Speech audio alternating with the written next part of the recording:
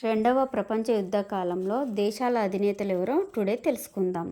అక్షరాజ్యాల అధినేతలు: జర్మనీ నియంత Hitler, Italy నియంత ముస్సోలిని, జపాన్ ప్రధాని టోజో.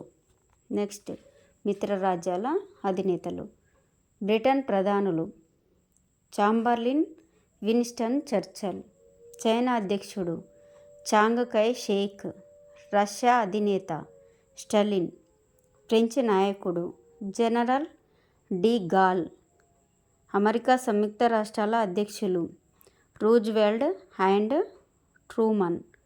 ఓకేనా, ఈ రెండవ ప్రపంచ యుద్ధ కాలంలో వీరు అధినేతలుగా వ్యవహరించారు. ఓకేనా, అన్ని ఇంపార్టెంట్ కరెక్ట్గా గుర్తుపెట్టుకోండి. ఓకేనా, ఓకే.